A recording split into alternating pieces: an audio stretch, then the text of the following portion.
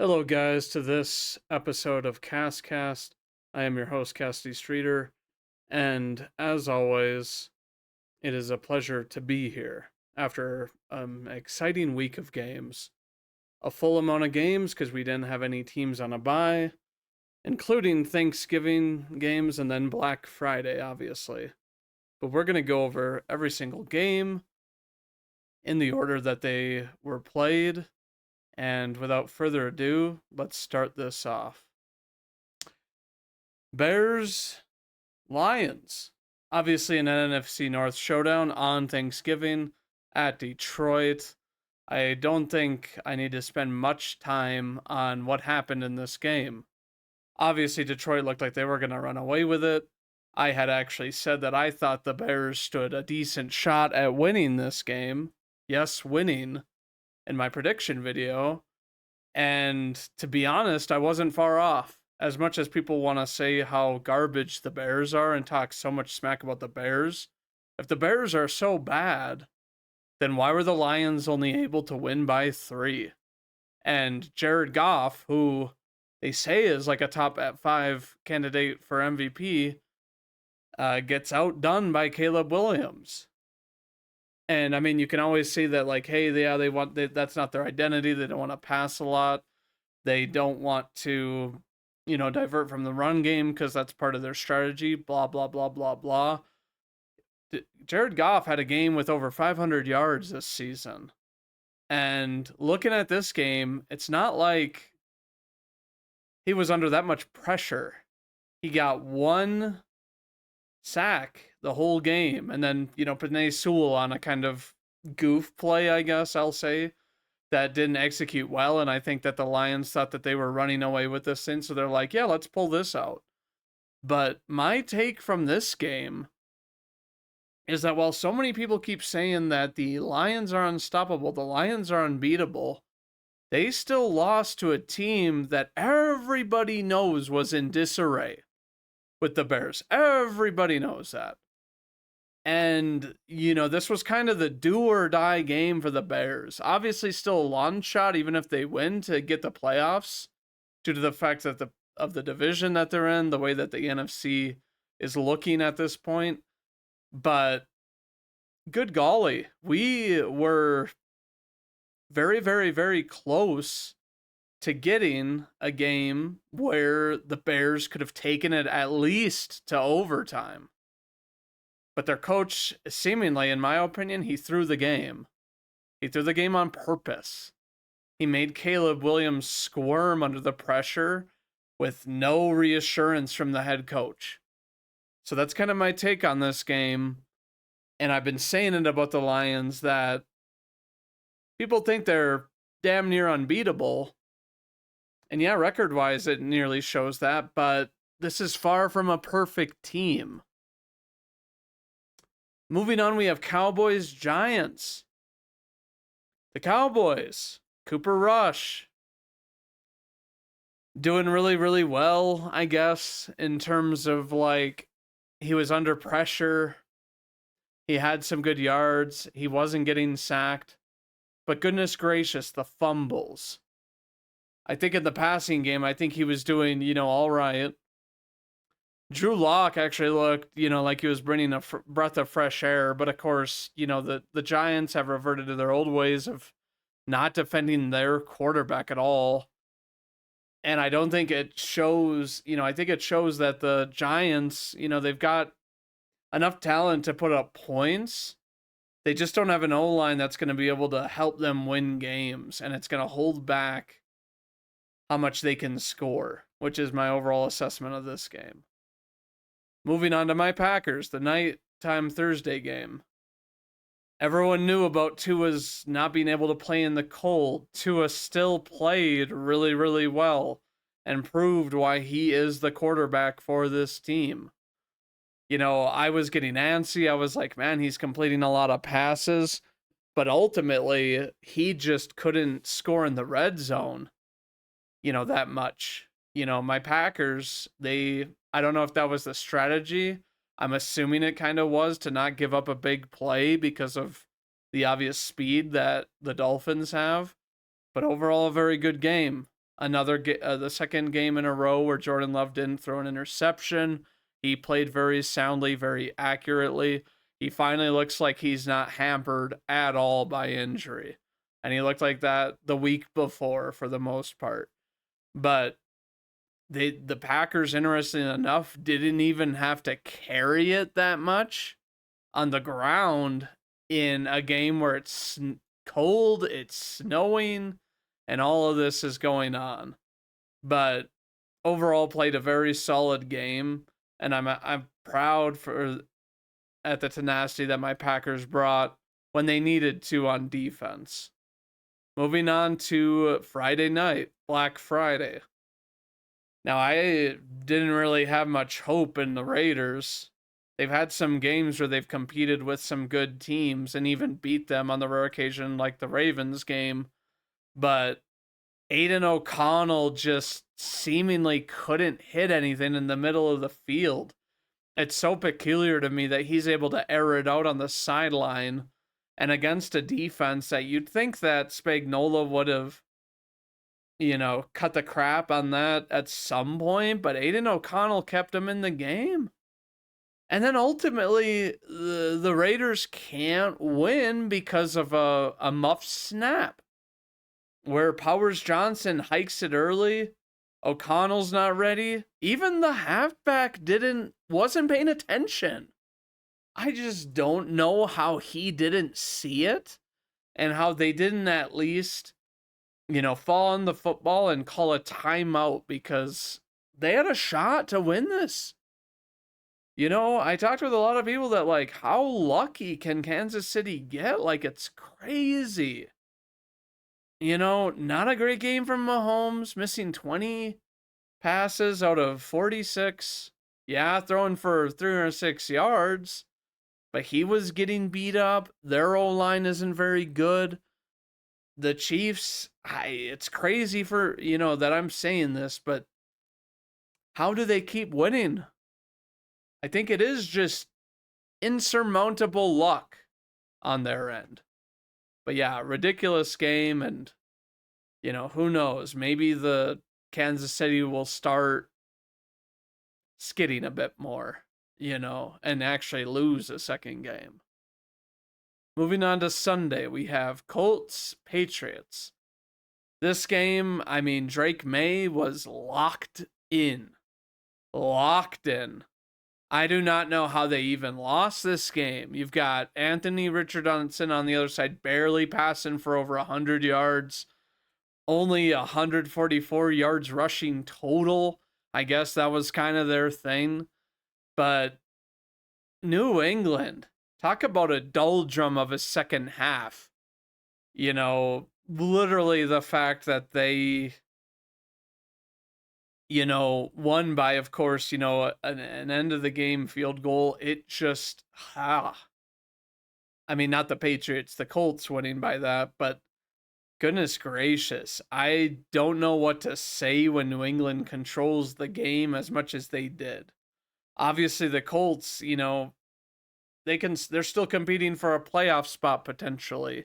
So they have a little bit more to play for, but goodness gracious, you'd think a team like the Patriots, who in the past were good at finishing games, would be able to finish this game. But props to the Colts for keeping their playoff hopes alive. Steelers Bengals.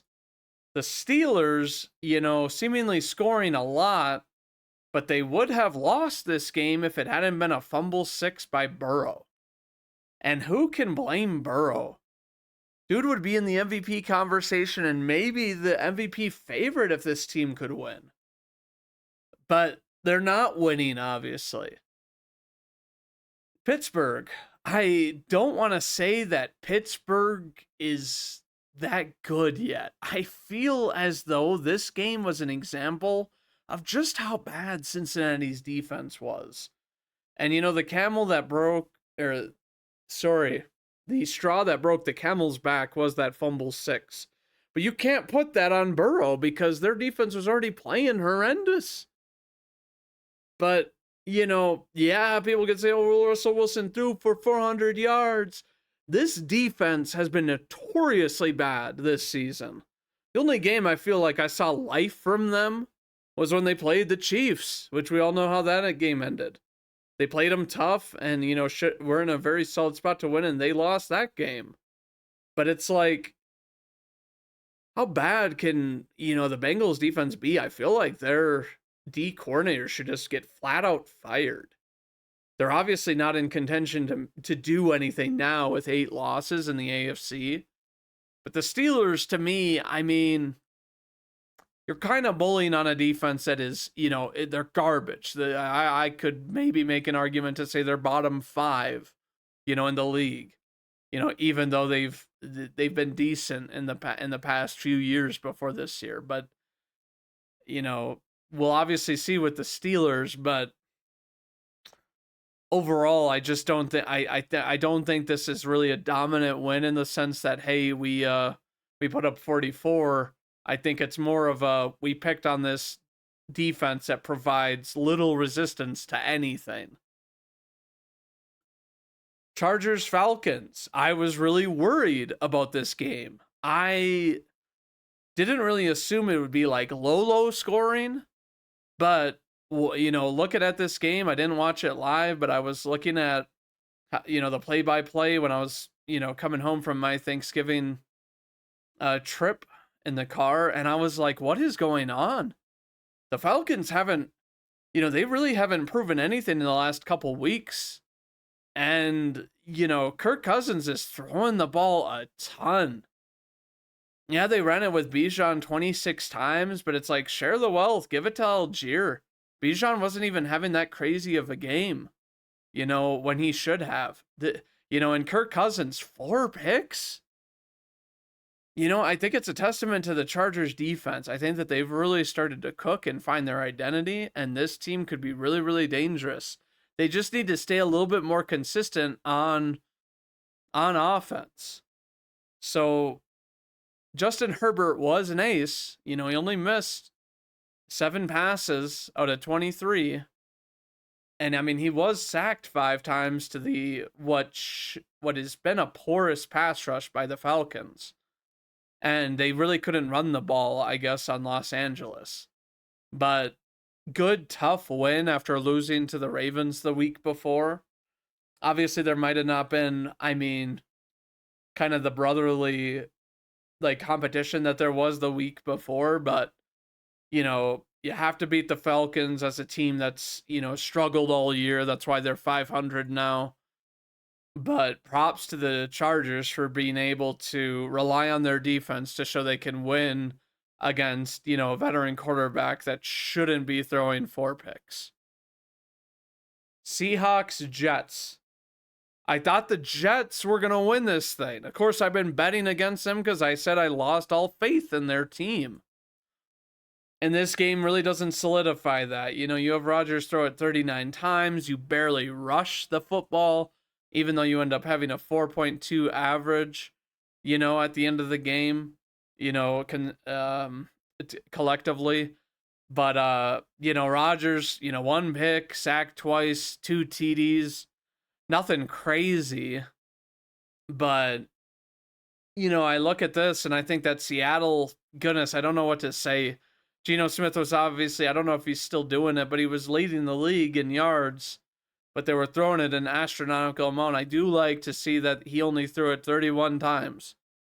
And then, besides Geno's 2 runs, they ran it 21 times. So really, they didn't have that many offensive plays, I guess. And obviously, the Jets got up 14-0 right away. And, but then, Seattle held them scoreless in the second half. They looked a lot more like the team from the week prior that was playing really, really well defensively in the second half. But props to the Seahawks. They are now leading their division, a division that has overall been off and on this year. Texans Jaguars. Good Lord, man. Trevor Lawrence going out because of a hit. A 3-game suspension follows. CJ Stroud still kind of, to me, not doing as well as he could. 2 sacks for 24 yards loss is, crazy and not good. Obviously, Trevor Lawrence didn't play didn't play, that much this game. 10 passes, 41 yards for only 4 completions. You know, then you have Mac Jones comes in and he actually plays, better than how he was playing when Lawrence was out. 2 TDs, 235 yards, only having 7 yards less than Stroud. And if you had told me that, like, yeah, Lawrence is going to go out, but Mac Jones will come in and he'll play fine after having a rough skid of it when he was starting before, goodness, he looked bad. But, and even Jacksonville just not needing a rushing game. But the Texans narrowly pulling out a win with a very average performance against a Jaguars team that, yeah, they're in the same division, so maybe that added a little bit of fuel to their fire. But this is a game that at this point in the season, you should be able to handle a team with only 2 wins. Vikings Cardinals. Now, this was a roller coaster of a game. I didn't get to see it, obviously, but, I was looking at it and I was like, oh, the Cardinals are getting scrappy with the Vikings. They weren't doing, bad early on. They were up and, but then the Vikings rallied late and got ahead, ultimately beating Arizona, who just didn't put up much points in the fourth quarter. Kyler Murray having to throw it 45 times, like, I'm sorry, but that is not a good recipe. It is not a good recipe. And he was even able to escape and run around and that sort of thing. Along with James Conner doing, having a 4-yard average, and then Trey Benson, having a good average, but only getting a few carries.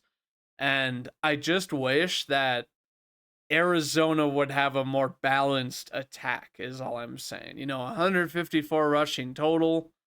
Seven of those carries were Kyler Murray, and they don't really do designed runs with Kyler. He's just able to escape really well and is a squirrely quarterback. But looking at the Vikings, Darnold average performance, obviously.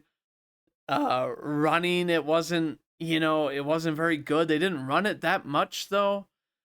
And then Darnold and then Aaron Jones just kind of with some drop passes and that sort of thing, but he ultimately came around and was doing some work for him. But the Vikings, good win, a win that they need in order to still be in contention for the number 1 NFC North spot, potentially, because they need every win they can get, because it's going to come down to the wire in the North, is what I'm predicting. And you just can't suffer any losses if you're still trying to play for that NFC North title. Moving on, we have Commanders Titans. I don't think much has to be said about this game. Jaden Daniels, you'd think 42 points would have more than 206 passing. I'm not making fun of him, but obviously, I think that he is the runner-up now to the Rookie of the Year behind Bo Nix. And he was sacked a couple times and he threw an interception, and 25 of 30 is nice, but it's kind of like he took what the defense gave him. And ultimately doing, just a little bit better than Will Levis, but not in terms of yards. Will Levis, 200 yards. I think that they played against, obviously, a disciplined defense with Washington and Dan Quinn. And overall, this kind of just says to me that Washington, is still wants to be thought of as legit, as they've had a rough few weeks prior to this one. Buccaneers Panthers. The Panthers looking sparky. Bryce Young thrown it 46 times, I guess. He did have a good average of 6.5 yards. But that's a crazy amount of throwing. Chuba Hubbard ultimately kind of, I wouldn't say costing the Panthers, but having a kind of end of the game where, oh, goodness, you don't want this to happen when you're tied. going into overtime, and, Tampa Bay with Bucky Irving getting a fat run, overall, without that run, he has a very average game. It was a 48-yard run, if I remember correctly. And, without that, he'd have 24 carries and, 104 yards. But, which is pretty average. Not nothing bad, but nothing great. But otherwise, Tampa Bay really showing that they can win it multiple ways. Baker throwing a couple of picks, which I kind of want to see him stop doing. I feel like he makes good decisions most of the time, but some of his picks are just, they need to be cut out, especially if you're going to compete in the offseason against some of these teams. Rams Saints. I was worried for the Rams. They're obviously second in the NFC West now. But Stafford, was getting a lot of yards per completion, but only 14 yards. 14 completions. Kyron Williams did really well. You'd think they'd run it a bit more if he's doing that well against New Orleans. And then Derek Carr, not getting pressured a lot, but not completing a lot of passes. Even with a solid, run game, from Alvin Kamara, Taysom Hill didn't do very well. But then Kevin Austin Jr., who I don't know, getting a carry for 9 yards as well. You'd think that, I think the Saints, they've been more of a Kamara and Taysom Hill kind of backfield. But Taysom Hill is somewhat of that, he's that wildcat guy and not really a true halfback.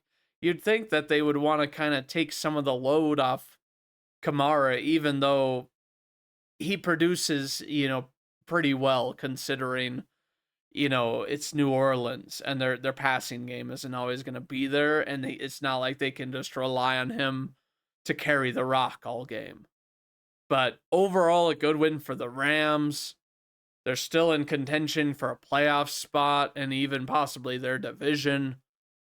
Quite like the NFC North, except for the fact that, the teams are close in their division because a lot of them are near 500 or at 500. Their division title is essentially maybe everything for that division because it's likely that no other team makes it, besides the division leader in the NFC West. But good win by the Rams. I really hope they figure out this offense because they seem to be stalling out and not scoring as many points as I think they're capable of with the stars and the quarterback that they have on offense. Eagles, Ravens. Now, I thought the Ravens were going to finally prove why the Eagles weren't a legitimate team. And to me, the interesting part about this game was that it was Saquon again. It's why they are saying that he, should be an MVP candidate. But it's interesting. It was I would say it was low scoring compared to what it could have been. Jalen Hurts only have 118 passing yards with 1 TD, and then Saquon, people are like it's dominant. But then you look at it and it's like he only had 107 yards, rushing, but behind this O-line. And one of those was a 25-yard carry, his longest of the day, and he only had 1 TD. But the Ravens, you have Lamar Jackson passing, type of thing. And he's got 237 yards, and, no picks, sacked 3 times because, as we all know, Philadelphia's passing attack has really, started popping off lately. And obviously the Ravens don't have a raggedy O-line that's not very good. But, they held Derrick Henry down really, really well. The Eagles, but they really didn't contain Jackson or his running capability. Obviously, one of his runs was 39 yards, but You can't give up a 9.9 yard average to a QB that's mobile and expect, to win games. But Baltimore ultimately just stalling in places that they shouldn't. We all know about how Justin Tucker has had a career worst year. And it was undisputed to me for however many years that he was the best kicker in the league, but even the Ravens can't depend on him now, apparently consistently, which I thought I would never say. I mean, he made that long field goal in Detroit to hold to get the record, in a place other than Mile High, which had consistently been the place where all these records are here because it's easier to kick long field goals at the higher altitude. But he did it in Detroit, and nobody's held a candle to him. I think there's been some that have, had close to the same field goal completion percentage, but it's wild to me, and they really do need their kicker, and I do feel like Tucker's going to figure it out because he knows he's hurting his team. And he knows that likely they're going to be a wild card at this point because of his errors. And I just, I wonder what's going on. I'd like to say it's, something's going on with the holder and the snapper, but it just doesn't look that way. And I feel for Justin Tucker because he's the guy you never want to have kick against you at the end unless it's this year. But the Eagles, they squeak by with a victory. I do think that if a team has the willingness to commit a stout run defense against them, they can compete. And the Ravens, obviously, they competed this game. They lose by 5, 3 missed field goals. But I think this kind of shows that Philadelphia can't rely on the pass very well when their run game is serviceable, but nothing crazy. Moving on to Bills-Niners. Not much to talk about in this game. Snowy, not much throwing. But even with that being said, Allen and Purdy, threw about the same amount. And Allen, has 148 yards, 2 TDs. But James Cook, had that long run. And then you also have Ray Davis and that sort of thing. And then you look at San Fran, and their guys have good averages. But as we all know, McCaffrey and Jordan Mason are both on IR now. So they have to rely on Guerendo, who I'm not going to lie, I did like when I first saw him and I saw him running. I was like, this guy is, he's got some sneaky good speed, to him. And he looks like he's a smart runner. Now, will that remain to be true with him being the starter? We'll see. But otherwise, the Niners, big hole, but they could still potentially make the playoffs. Everyone in that division could still make it with a division title. And obviously, it's just going to be tough. They really need to start kind of playing their tails off. I don't know if there's much to say about San Fran, but Brock Purdy's first cold game, he looked a lot like a guy who doesn't like the cold. And the Bills just out there having fun. And clearly one of the best home field advantages in the league. Moving on to Monday night. I won't lie to you guys, I was watching this game, but I fell asleep, probably because of all the travel and all that with Thanksgiving. With that being said, we have I did see the end of it. I, of course, woke up when, the Broncos got that pick 6 at the end of the game to ultimately seal the game. I think the Browns have really found someone that's, makes the team come alive. The team comes alive, and you look at this, and Jameis Winston, I don't think he should have to throw it 58 times. I don't know what it is with Stefanski, but you got a guy like Nick Chubb and even Jerome Ford, who's a good change of pace back, obviously. And it's like this team reminds me, besides the quarterback, remind me so much of like Baltimore. their defense, this year has been performing better, but they have a good tandem of running backs. They may not have the best receiving core, which the Ravens don't have either, but they have Njoku. They have, Judy put on a show. They have some of these guys that are definitely serviceable. It's not like they're the bottom of the barrel that are never going to do anything any game. But looking at Cleveland, I don't know if it's enough to save Stefanski's job, but I think that they need to have a more methodical offensive playing style. Their defense, and I obviously with Bo Nix, yeah, he was like 50%. He was just above 50% passing. 2 picks, which, obviously the Cleveland defense has been playing really, really well. But you look at this game, and I think it does show that Bo Nix can play well under adversity. And they didn't really have too much of a rushing game, which is strange to me. They didn't really run Javonte Williams. They ran Jaleel McLaughlin, who did a good job. But and they only had Michael Byrne, Javonte Williams for their only rushing TDs. But I think that this overall kind of showed Denver's resilience, and that they're a defense that they never quit, and they bent, but they didn't break, at the end of the game. But overall, a crazy thriller of a game. I wish I had caught the whole thing. Might go back here and watch it, but I think this really goes to show that Bo Nix didn't crack under the pressure.